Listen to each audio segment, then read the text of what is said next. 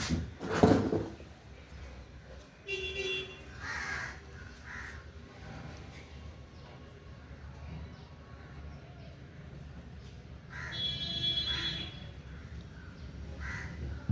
Dear student, आज हम GK में देखते हैं भारत के उपराष्ट्रपति। भारत में कितने उपराष्ट्रपति हुए हैं और उनका संबंध किस पार्टी से था और उनका कार्यकाल कब से कब तक था, इसके बारे में आज हम जानेंगे। तो पहले हमारे जो उपराष्ट्रपति हुए हैं उनका नाम है सर्वपल्ली राधाकृष्ण। पहले उपराष्ट्रपति का नाम है सर्वपल्ली राधाकृष्ण। इनका जो कार्यकाल था 13 मई 1952 से 13 मई 1957 तक। फिर दूसरा इनको कार्यकाल मिला 13 मई 1957 से 13 मई 1962 तक। जो टोटल रहे 10 साल तक उपराष्ट्रपति रहे।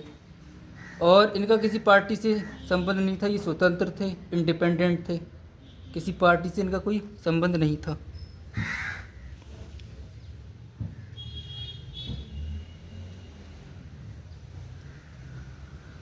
अगले जो हमारे दूसरे होते हैं जाकिर हुसैन, दूसरे उपराष्ट्रपति होते हैं जाकिर हुसैन। जैसा कि आप लोग जानते होंगे कि जो उपराष्ट्रपति होता है वो राज्यसभा का सभापति भी होता है।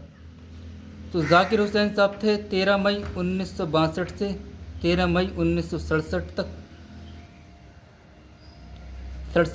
5 साल तक ये रहे, इंडिपेंडेंट थे, इनका किसी पार्टी से कोई मतलब नहीं था, स्वतंत्र थे ये, हैं इंडिपेंडेंट। तीसरे हमारे होते हैं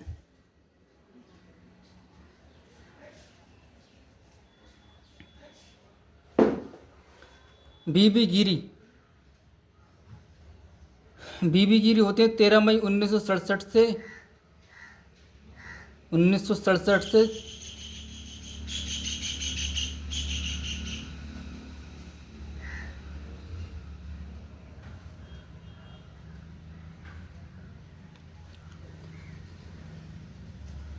69 तक।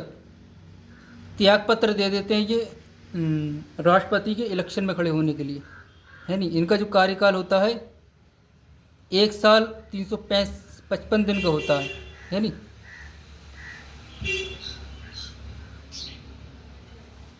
इंडिपेंडेंट थे, स्वतंत्र थे, इनका किसी पार्टी से कोई मतलब नहीं था। फिर स्थान खाली हो जाता है जब ये त्यागपत्र दे देते हैं, तो स्थान क्या हो जाता है, खाली हो जाता है।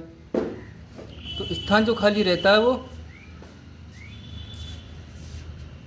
3 मई 1969 से 31 अगस्त 1969 तक, है नी। 120 दिन तक रहता है ये, 120 दिन तक खाली रहता है स्थान। उसके बाद इलेक्शन होता है। तो अगले जो हमारे बनते हैं, चौथे नंबर पे हमारे जो उपराष्ट्रपति होते हैं गोपाल स्वरूप पाठक होते हैं 31 अगस्त 1969 से 31 अगस्त 1974 तक। 5 साल इनका कार्यकाल रहता है, इंडिपेंडेंट होते हैं, इनका किसी पार्टी से कोई मतलब नहीं होता है। अगले जो हमारे 5वें नंबर पे होते हैं बीडी जत्ती। अगले जो उपराष्ट्रपति होते हैं बीडी जत्ती होते हैं। ये होते 31 अगस्त 1974 से 3 अगस्त 1979 तक। 5 साल इनका कार्यकाल रहता है। कांग्रेस से इनका संबंध होता है, कांग्रेस पार्टी से इनका ताल्लुक होता है।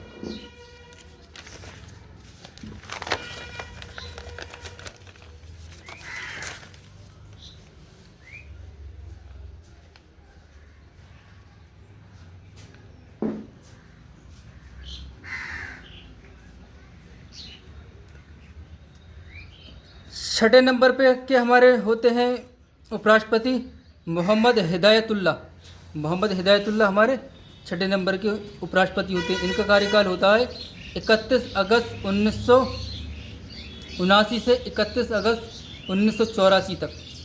5 साल का इनका कार्यकाल रहता है, इंडिपेंडेंट होते हैं, इनका किसी पार्टी से कोई ताल्लुक़ नहीं होता है। अगले हैं 7वें नंबर पे राम स्वरूप वेंकटरमन 31 अगस्त 1984 से 24 जुलाई 1984 तक त्यागपत्र दे देते हैं। ये इनका कार्यकाल होता है 2 साल 327 दिन, है नी। कांग्रेस से इनका संबंध होता है नी, किसी कारण वजह से। फिर स्थान खाली हो जाता है इनके त्यागपत्र देने पर, तो ये रहता है 24 जुलाई 1987 से 3 सितंबर 1987 तक। 41 दिन तक ये पोस्ट खाली रहती है। उसके बाद इलेक्शन होता है। तो 8वें नंबर के हमारे जो बनते हैं शंकर दयाल शर्मा। इनका कार्यकाल होता है 31 सितंबर 1987 से 24 जुलाई 1992 तक। ये भी त्यागपत्र दे देते हैं। इनका कार्यकाल रहता है 4 साल 325 दिन तक। कांग्रेस से इनका ताल्लुक़ होता है। फिर स्थान खाली हो जाता है 24 जुलाई 1992 से 21 अगस्त 1992 तक जगह खाली रहती है 28 दिन तक के लिए। 28 दिन तक जगह खाली रहती है। 9वें नंबर पे हमारे आते हैं KR नारायण, है नहीं। अगले जो आते हैं वो KR नारायण आते हैं। तो इनका होता है 31 अगस्त 1992 से 24 जुलाई 1997 तक। ये भी त्यागपत्र दे देते हैं। इनका टाइम रहता है 4 साल 337 दिन तक। कांग्रेस से इनका ताल्लुक़ होता है। फिर स्थान क्या हो जाता है, खाली हो जाता है। तो स्थान खाली रहता है। स्थान खाली मतलब ये इलेक्शन की प्रोसेस चलती है त्यागपत्र देने के बाद, इस वजह से ये स्थान खाली होता है नहीं। तो इसमें जो त्यागपत्र दिए हैं वो राष्ट्रपति का इलेक्शन लड़ने के लिए इन लोगों ने त्यागपत्र दिए हैं, है नहीं।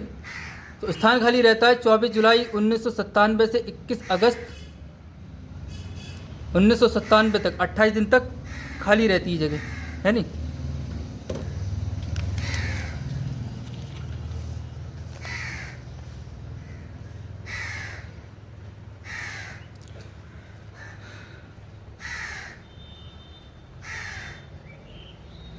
अगले हैं 10वें नंबर पे कृष्णकांत। इनका होता है 21 अगस्त 1997 से 27 जुलाई 2002 तक।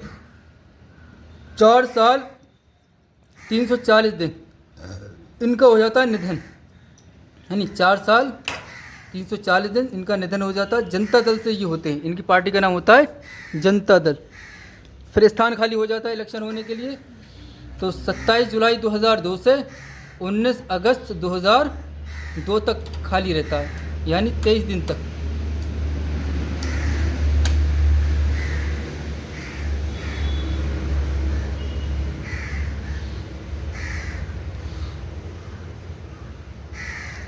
अगले जो होते हैं 11वें नंबर के भैरव सिंह शेखावत। 11वें नंबर के हमारे जो उपराष्ट्रपति होते हैं वो भैरव सिंह शेखावत होते हैं। 19 अगस्त 2002 से 21 जुलाई 2007 तक, ठीक। त्यागपत्र देते हैं ये, है नहीं। इनका कार्यकाल होता है 4 साल 336 दिन का। और भारतीय जनता पार्टी से होते हैं। ये भी इलेक्शन लड़ने के लिए त्यागपत्र दे देते हैं, है नहीं। स्थान फिर खाली हो जाता है। स्थान खाली हो जाता है फिर से, मतलब इलेक्शन होने के लिए। तो स्थान खाली रहता है 21 जुलाई 2007 से 11 अगस्त 2007 तक, यानी 21 दिन के लिए रहता। इलेक्शन की प्रोसेस हो जाती है। फिर हमारे 12वें जो उपराष्ट्रपति होते हैं वो हामिद अंसारी होते हैं, मोहम्मद हामिद अंसारी। ये होते हैं 11 अगस्त 2007 से 11 अगस्त 2012 तक। फिर इनको दोबारा मौका मिलता है 11 अगस्त 2012 से 11 अगस्त 2017 तक। 10 साल इनका कार्यकाल रहता है। कांग्रेस पार्टी से इनका ताल्लुक़ होता है। अगले जो हमारे होते हैं 12वें नंबर के वेंकैया नायडू, ये अभी मौजूद हैं। और ये भैरव सिंह शेखावत भी शायद हैं, और शायद कह रहा हूँ, और हामिद अंसारी तो हैं। वेंकैया नायडू का जो कार्यकाल होता है वो होता है 11 अगस्त 2017 से 11 अगस्त 2022 तक, ठीक है। जो हामिद अंसारी होते हैं उनको 2 बार मौका मिलता है, 11 अगस्त 2007 से 11 अगस्त 2012 तक, और 11 अगस्त 2012 से 11 अगस्त 2017 तक। 10 साल तक ये रहते हैं और 10 कांग्रेस से इनका संबंध होता है।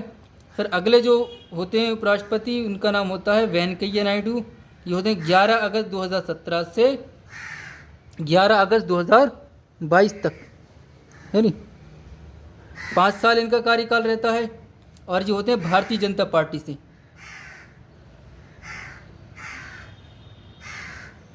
भारतीय जनता पार्टी से ये रहते हैं। उसके बाद 14वें नंबर के होते हैं हमारे जगदीप धनखड़, ठीक है, इनके प्रकरण अभी चल रहा है। तो ये रहते हैं 11 अगस्त 2022 से 21 जुलाई 2025 तक रहते हैं। त्यागपत्र देते हैं स्वास्थ्य कारणों की वजह से ये त्यागपत्र दे देते हैं, कोई मनमुटाव हो जाता है। और ये 2 साल 344 दिन तक इनका कार्यकाल रहता है। भारतीय जनता पार्टी से ये रहते हैं। अभी इसकी इलेक्शन की प्रोसेस चल रही है नी। जगदीश धनखड़ साहब ने जो है इस्तीफा दे दिया, त्यागपत्र दे दिया, और इसकी इलेक्शन की प्रोसेस क्या है, रनिंग में है, चल रही है।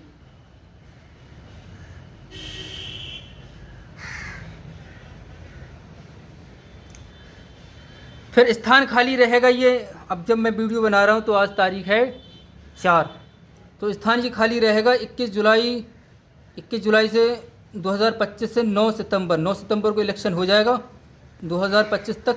तो 49 दिन तक स्थान खाली रहेगा, यानी 50 दिन के लगभग स्थान खाली रहेगा। जो कैंडिडेट जो खड़े हुए हैं इस इलेक्शन में, 2 कैंडिडेट हैं। एक हैं सीबी राधाकृष्ण, ये हैं एनडीए की तरफ से सीबी राधाकृष्ण है। और दूसरे जो हमारे कैंडिडेट हैं, हमारे मतलब इसमें जो उपराष्ट्रपति का इलेक्शन लड़ने के लिए खड़े हुए हैं, तो सुदर्शन रेड्डी इलेक्शन में है। इंडिया ब्लॉक जो इंडिया गठबंधन है उसकी तरफ से कैंडिडेट हैं। जो बहुमत के अनुसार, मैं अगर गलत नहीं हूँ तो अगले जो बहुमत के हिसाब से जो बहुमत मिला हुआ है जिन लोगों को, तो सीबी राधाकृष्ण बन जाएंगे उपराष्ट्रपति। अगले उपराष्ट्रपति सीबी राधाकृष्ण बन जाएंगे, है नहीं, क्योंकि एनडी के पास बहुमत है। इसके अलावा इनकी बनने की संभावना बहुत कम है। तो आई होप आप लोगों को ये समझ में आया होगा उपराष्ट्रपति हमारे कौन कौन थे अब तक।